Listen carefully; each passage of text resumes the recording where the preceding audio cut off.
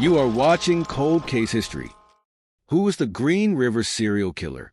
Why was he given this chilling name? How did he manage to elude the police for years? And what ultimately led to his capture? Most importantly, what drove him to become a serial killer in the first place? In this video, we'll unravel the entire story step by step, diving deep into the mind of one of the most notorious criminals in history.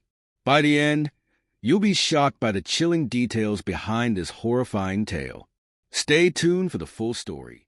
If you haven't yet subscribed to the Cold Case History channel, hit the subscribe button and press the bell icon immediately. Please stay connected with us for gripping stories from the world of crime. The story of the Green River serial killer begins in 1982 in Seattle, Washington. On July 15, 1982, a chilling discovery is made in the Green River, which flows through the city, a body floating in the water. The police are immediately alerted, and an investigation reveals that the victim is 16-year-old Wendy Lee Caulfield. The post-mortem report reveals a horrifying truth. Wendy had been brutally assaulted before being murdered. The police launch an intense search for the killer, but weeks pass without any significant leads. Then, exactly 1 month later, on August 15, 1982, the case takes an even darker turn. 3 more bodies are found in the Green River. The victims, aged 17, 23, and 31, had all suffered the same horrifying fate. The post-mortem reports confirm that, like Wendy, they were assaulted and then killed by strangulation and neck injuries. As the police struggle to connect the dots, the killings continue. Between October 8 and November 7, 1982, 3 more women's bodies are discovered in areas near the river. News of these gruesome murders spreads like wildfire, creating panic across the state. Authorities intensify their efforts to catch the killer, but the investigation hits a wall. Despite interrogating dozens of suspects, no substantial evidence emerges. Among the suspects is Leon Ridgway. He comes under scrutiny after the family of one victim claims to have last seen her getting into a truck matching the description of Ridgway's vehicle, which was parked outside his home the following morning. The police collect samples from Ridgway and other suspects to compare with forensic evidence recovered from the victims' bodies. However, none of the samples match, and all suspects, including Ridgway, are released. The lack of evidence leaves the police frustrated, and the Green River murders continue to haunt the community, with no sign of the elusive killer. At that time, no one knew that among the individuals the police were releasing from custody, one was the killer of all those girls. This suspect would go on to cause the deaths of dozens of other girls. This suspect was Leon Ridgway, born on February 18, 1949, in Utah, USA. His father was a bus driver, and in 1969, Ridgway graduated from high school and married his high school girlfriend. Soon after, he joined the U.S. Navy and was sent to fight in the Vietnam War. While in Vietnam, he spent most of his time with workers and began showing abusive behavior towards his wife. As a result, his marriage ended within a year. In 1973, Ridgway married Marsha Lorraine Brown, but their relationship struggled, and it also ended in 1981. The main reason for their separation was Ridgway's continued visits to workers, along with his abusive treatment of his wife. After the breakup, Ridgway began a criminal career in 1982. As mentioned earlier in the video, he started killing girls one after another. His first murder occurred on July 15, 1982, when he killed a 16-year-old girl. After that, more bodies were discovered in the Green River, but the police were unable to catch Ridgway. Although they did take him into custody as a suspect in 1982, there wasn't enough evidence to charge him. The reason was that the DNA profiling technology at the time was not as advanced as it is today. Therefore, DNA samples collected from the bodies of the murdered girls didn't match Ridgway's DNA, and he was released. All the bodies discovered shared one common trait. Most of the victims were women or young girls, some of whom had run away from home or had been kicked out by their families. The police began to focus on workers as they searched for the killer. One day, police observed Ridgway in a violent altercation with a worker, trying to harm him. This led to Ridgway's arrest. The police interrogated him and even conducted a polygraph test. But Ridgway successfully tricked the test, and the police were forced to release him again. After escaping the police, Ridgway continued his killing spree. He often dumped the bodies of the girls near the Green River or its surrounding areas. The police only found the bodies, but they couldn't identify the killer. As a result, the media gave him the nickname Green River Serial Killer because many of the bodies were discovered in the Green River or its nearby regions. Over the next few years, the number of victims grew to over a dozen, but the police still had no leads on the killer. Meanwhile, Ridgway, after retiring from the U.S. Navy, worked as a painter at a truck factory. He was so cunning that he would work during the day at the factory and then go hunting for girls in the evening. According to later revelations, Ridgway killed more than 15 girls between 1982 and 1991, but the police still couldn't catch him. In 1985, he started dating a woman named Judith Moosin, and in 1988, they got married. Despite being married, Ridgway continued his routine of visiting workers and killing girls. When the bodies continued to pile up, the government formed a special task force, the Green River Task Force, to catch the killer. The task force put in a tremendous effort, but still didn't find any concrete clues. All the suspects were called in to assist with the investigation, and once again, Ridgway's name came up. After the initial interrogation on April 7, 1987, the police collected Ridgway's hair and saliva samples. However, these samples didn't provide much progress at the time, and Ridgway continued to commit murders with impunity. As time passed, the years changed, and by 2001, Ridgway had already been responsible for over 50 murders. Meanwhile, the samples collected in 1987 were re-examined using the latest DNA profiling technology. By 2001, DNA profiling had significantly advanced since the 1980s. When the samples collected in 1987 were retested, the police finally got a breakthrough. Ridgway's DNA matched with semen found inside the vaginas of 3 girls killed in 1982. Not only that, the first girl killed in 1982 had a piece of cloth wrapped around her neck, which was identified as a unique kind of pant fabric. The matching DNA profile from Ridgway was compared with the pants from the factory where he worked, and the match was confirmed. This provided the police with solid evidence against Ridgway. It became clear that Ridgway was the killer of all the girls found dead.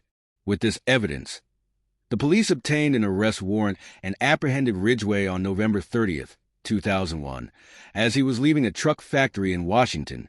By then, the authorities had discovered the truth about Ridgway, but he denied all the charges against him. Despite his attempts to avoid responsibility, the police continued their interrogation with full determination. Months passed, but Ridgway refused to confess. Eventually, Ridgway realized that there was no escaping the police's grasp. In a last-ditch effort, he made a deal with the police, agreeing to confess to all his crimes and provide details about each case in exchange for the guarantee that he would not receive the death penalty. The authorities accepted his demand.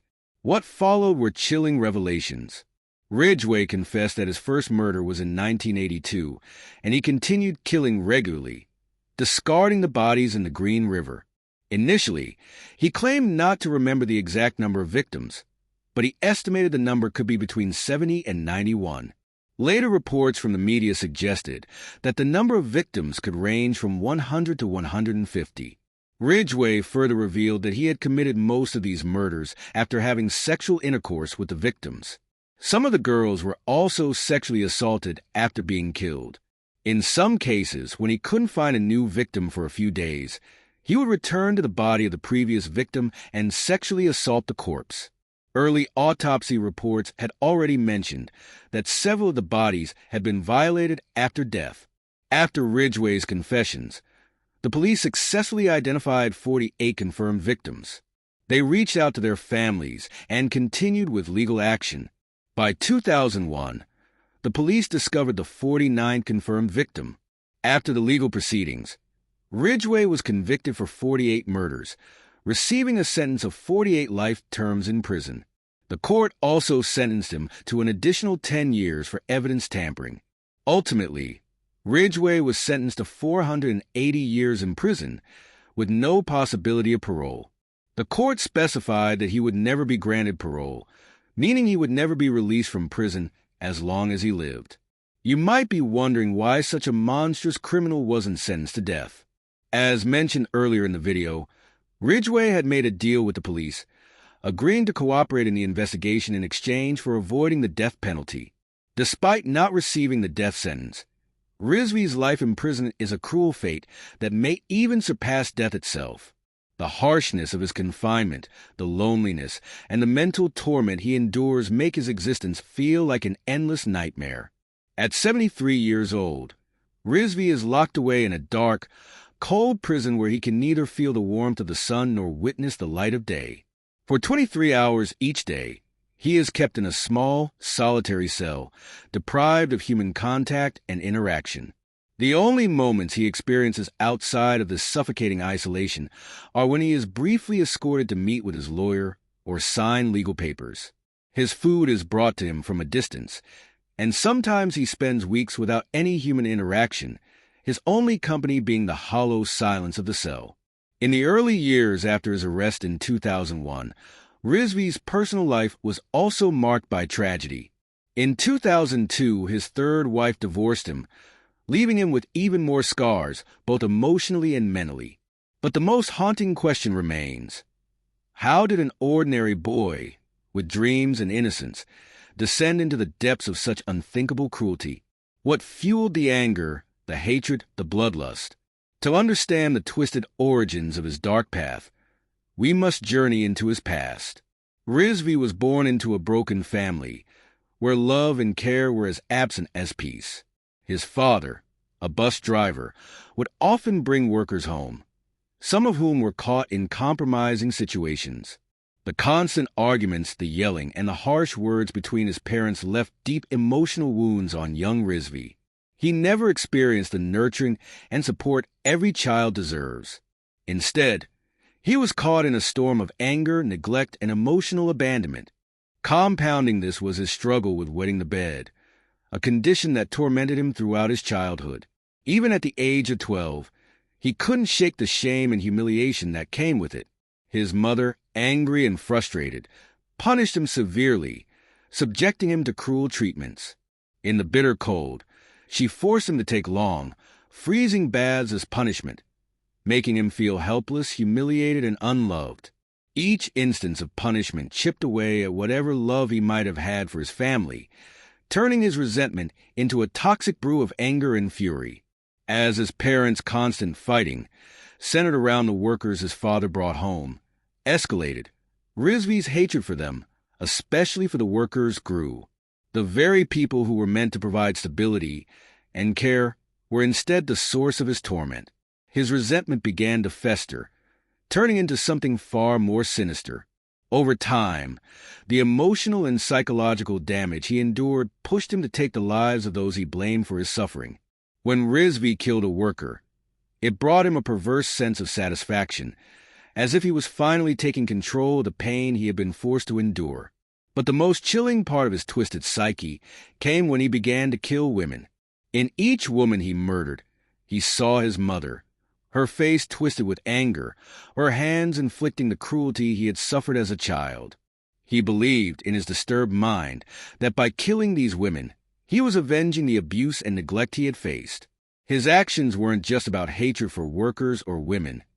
They were about him trying to take back some semblance of power, to exact revenge on the world he felt had abandoned him.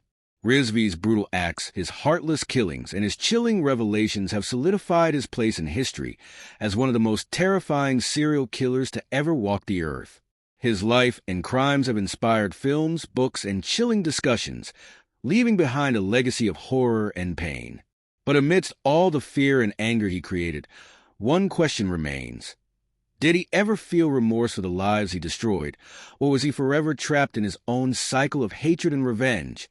This was today's true story. Our aim is for people to learn from such incidents and strive to improve society. Do let us know your thoughts in the comments.